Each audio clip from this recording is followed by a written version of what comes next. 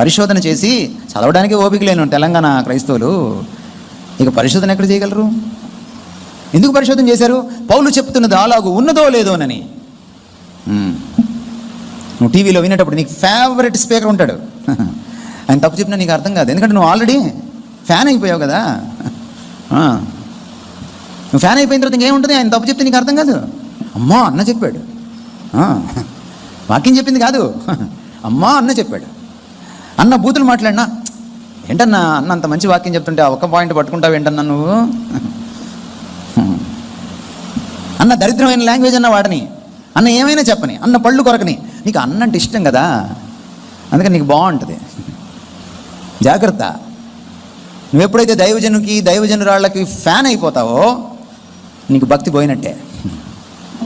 వాళ్ళు విగ్రహం అయిపోయి కూర్చుంటారు నీ గుండెల్లో. విగ్రహారాధన వ్యభిచారంతో సమానం దేవుడికి, గుర్తుపెట్టుకో. నువ్వు పూజించాల్సింది దేవుడినే తప్ప దైవజనుడిని కాదు. గౌరవించు, బట్ పూజించుకో. నీకు ఇష్టమైన దైవజనుడు, నీకు అతి ఇష్టమైన దైవజనుడు వాక్యం చెప్తుంటే కూడా నువ్వు వాక్య విమర్శ చేయకపోతే నువ్వు భక్తికి దూరం అయ్యే అవకాశం ఉంది.